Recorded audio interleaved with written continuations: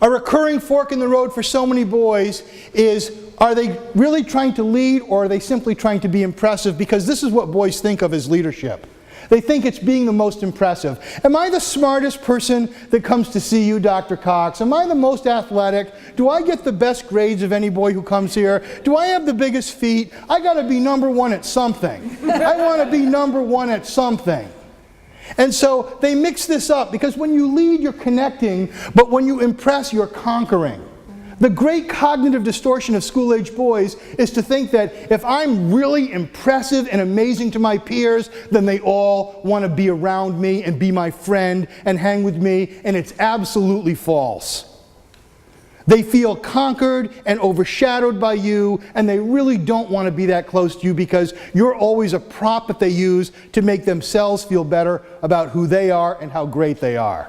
I try to use the metaphor of a locomotive with boys to show that you can be the leader, you can be out front, but you have to connect with others and you have to pull them forward in whatever you're doing. That's the real meaning of leadership in the 21st century, and we ought to have that frank discussion with kids in school everywhere.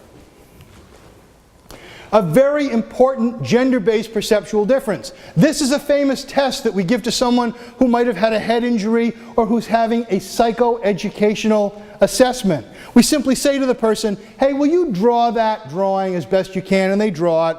And then we turn it face down and we distract the person with about 5 minutes of chit-chat. And then say, hey, could you draw that from memory as best you can? And of course, everyone groans and says, there's so many lines, I can't remember it. Just do the best you can. And isn't it interesting that one gender gets the outside of the drawing correct, but the other gender appears to remember the interior details? My. And yet this is the gender that gets sent to the grocery store to remember 10 things to pick up, right? And there's nothing in his basket. And yet, it must be that way because this gender cannot remember how to get to the grocery store. It's like a two-person operation. It takes two people to shop. You have to know how to get where you're going, and you have to know what you're looking for when you get there. So when I drive by in the suburbs, guys who are snoozing at the wheel while their significant other is inside shopping, I know what's happened here. I'll get us there, you remember what we need. That's the way it works. But we need kids who have the capacity to zoom in and zoom out, who in their communication and in their relations with other people get the idea that sometimes it's the details, sometimes it's the big picture. This explains so much of when they're hearing in a classroom, I get the general sense like this guy went to Spain sometime, but what he did there or why he went, I forget, right? So grasping that kind of bigger picture, but really struggling to commit those details, and what really helps is an animated instructional style with some physical interaction, some movement, all these kinds of kinesthetic triggers. This is the real Mona Lisa in the upper left, and here she is, morphed with computer technology to have a slightly more exaggerated smile, and even more exaggerated, and finally really super exaggerated here, a kind of social smile like any of us would use when we passed a fellow worker in the hallway. Hey, how you doing? Nice to see you. We call this the Duchenne smile. The Duchenne smile. It's named after a French doctor from the 1800s, Guillaume Duchenne, who was the first to discover, by doing various surgeries, that some facial expressions are controlled by a region of the brain called the limbic system. They are not controlled by the cortex, where we learn math, where we learn how to skateboard, where we learn any other task or set of facts. No one can learn how to smile like this. Now, at this moment, many of you are trying to smile just like that. And you are convinced that you could show me that you could do that if I just let you. And you'll have to trust me that even though you're doing that silently right now, for you to start doing that reflexively and automatically, it's not going to happen. It's not going to happen. And yet, almost everyone can learn to smile like this. It's a cortex kind of issue. You learn to do it as a matter of habit. And there is no nonverbal signal more important to boys than a simple smile, because it conveys receptivity, likability, sociability, non-judgmentalness, etc. It conveys all kinds of powerful information that draws the world to you. That's good. But in my work, I have discovered many boys that are non-believers. They say things to me like, well, I would be friends with more people, but nobody wants to be friends with me. Oh, really? That's surprising. Have a peek in this mirror for a second and see if you can figure out why. Would you be friends with you?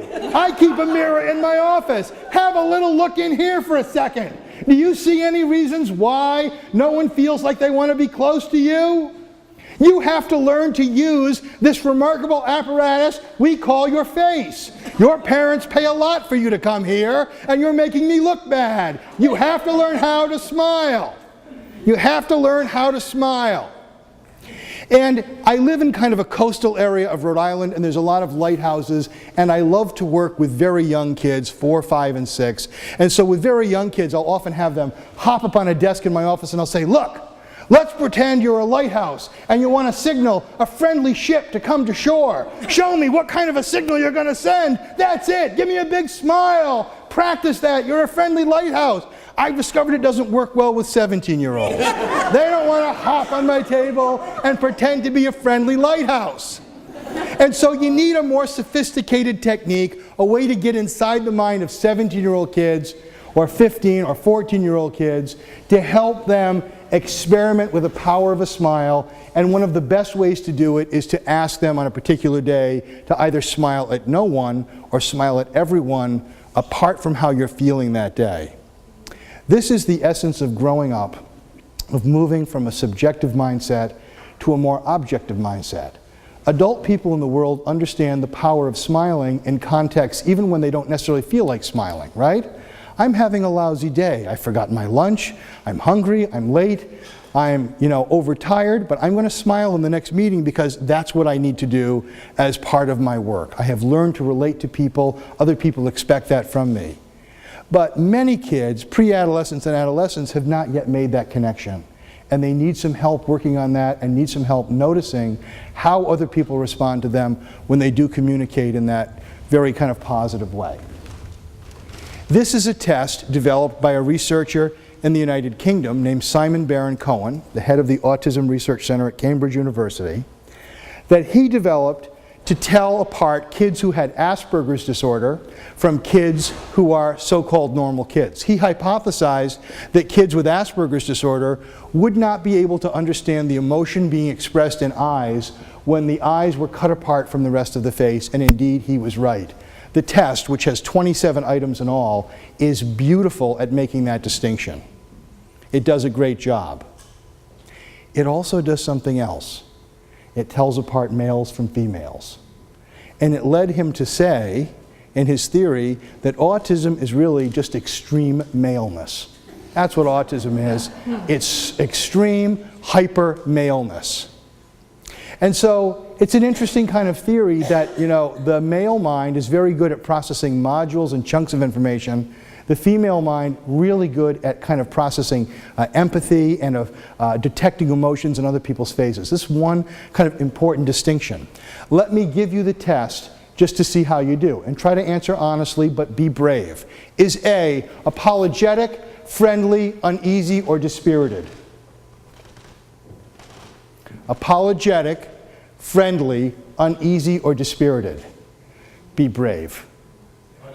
That's right, it's uneasy. It's not that hard. I'm going to say it's not that hard of a test. Kids are taking this. B, playful, comforting, irritated, or bored? Playful. C, joking, flustered, desire, or convinced? No one ever gets that one wrong. Some signals in life too important to miss. Is D, cautious, insisting, bored, or aghast? Toughest one. It's cautious, yes. But notice that many did not answer. Cautiously waiting to see what others would say. Is E, despondent, relieved, shy, or excited? It's despondent. And F, annoyed, hostile, horrified, or preoccupied? preoccupied.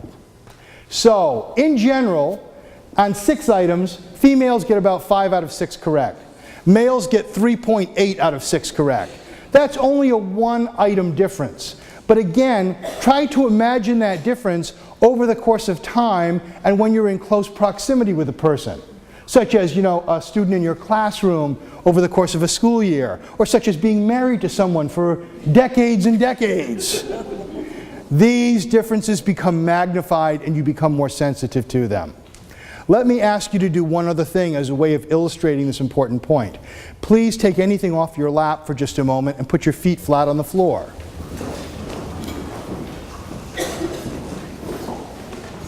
And I'd like you to hold your arms as though you're cradling a newborn baby. And now I'd like you to close your eyes. Close your eyes, and I want you to imagine that you're looking down into the eyes of this child, and you're sending signals of love, of warmth, of reassurance, of safety. And you're looking into this child's eyes for signals of love and connection coming back to you. And I'd like you to notice that at least 90% of the people in this room are looking slightly to their left. Go ahead and open your eyes. Why would almost everybody in the room be looking to their left? Why are they looking to their left? Nope. Nope. No, that's the Oprah explanation, but that's not the scientific explanation. It's not because of your heart. It's not because of your handedness. Don't tell me because that's what side the baby's head was on, or I'll throw you out of here. You don't get credit for not looking at the feet. Geniuses. All right. What's the real reason? When we put someone's head in our left visual field, we're using the right hemisphere of our brain to perceive them, because that's the way the optic chasm works in the brain. The nerves cross. Our right hemisphere perceives what's in our left visual field, and vice versa.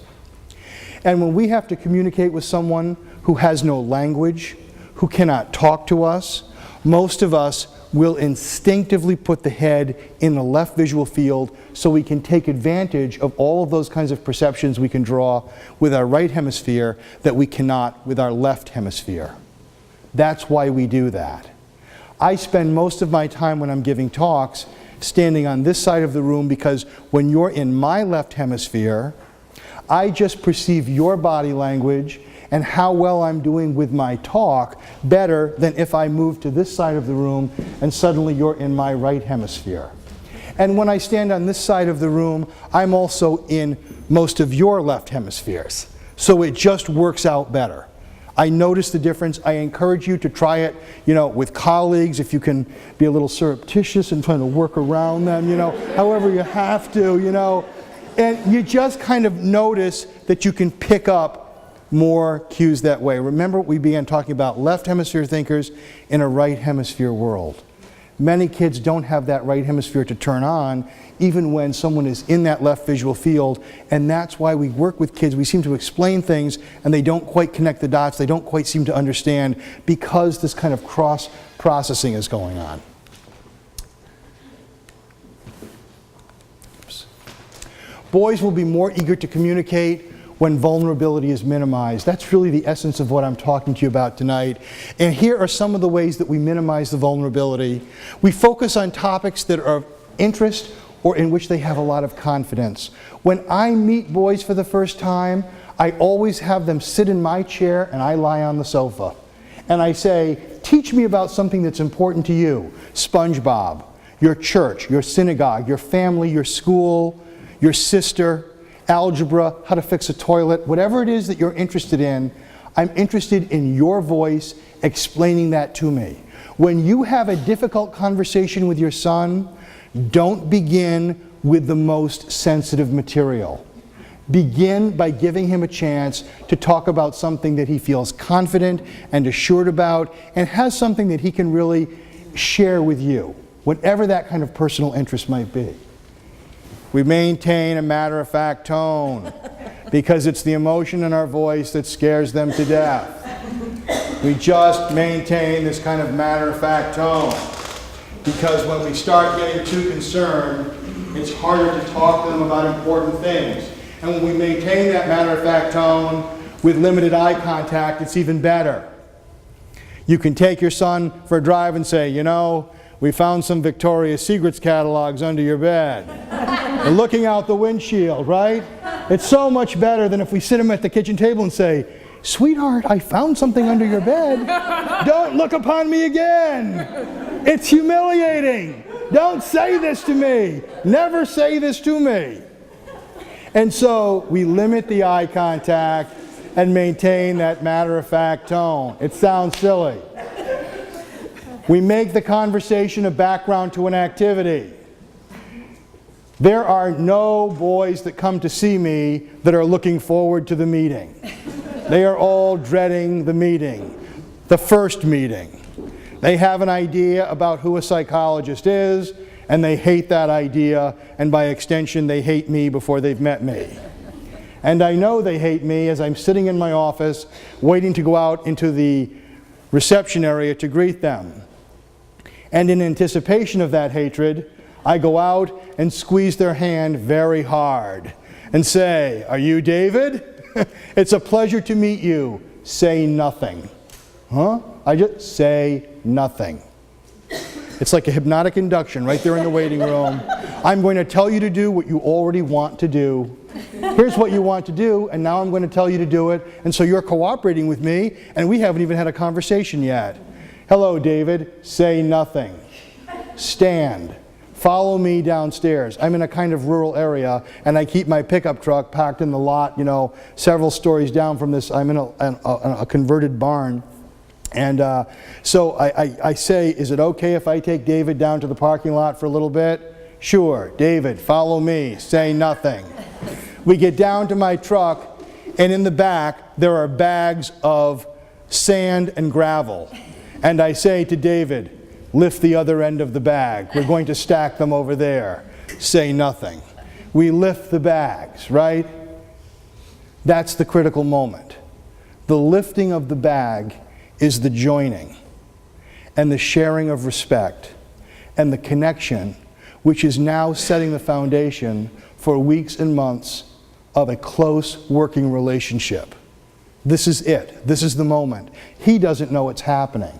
I've done this so many times, I can count on it happening. We will finish stacking the bags. He'll be tired. He'll be a little sweaty maybe if it's the summer. And I'll say, nice job. Go back upstairs, get your parents, and bring them back to my office. Now David knows more about me than his parents know about me.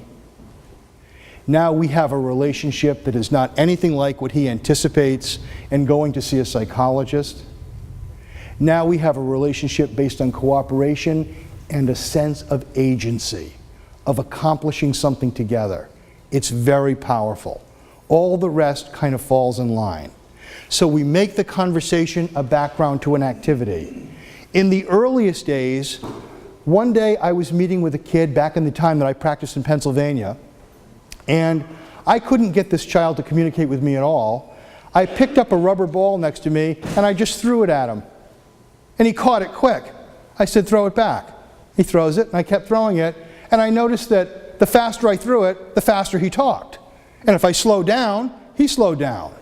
And I could just use the ball to control the conversation. The pace and the tempo of conversation follow the pace and the tempo of the ball. And I started using it over and over again because I realized that when you're playing catch, you're not looking at one another. You're looking at the ball and you're paying attention to the rapport that you have with the other person. That's the deep structure of the relationship. We get lost in the words and we forget the form of our relating to one another. What kids remember is the form of the relating and not the words that are spoken. You don't have to be a genius and say just the right thing. It's more important to pay attention to the form of the relating if you're taking a walk together, maintaining the right pace. It's so great to walk a dog together. It's so good to play a board game together, to have an activity where you're moving in any small way in unison, because that's the deep structure of the relationship, that's the rapport, and that's what lingers and what they remember. We have to pay attention to this as we're doing it. We adopt the persona of a coach, because kids know the difference between the voice of a coach and the voice of a boss.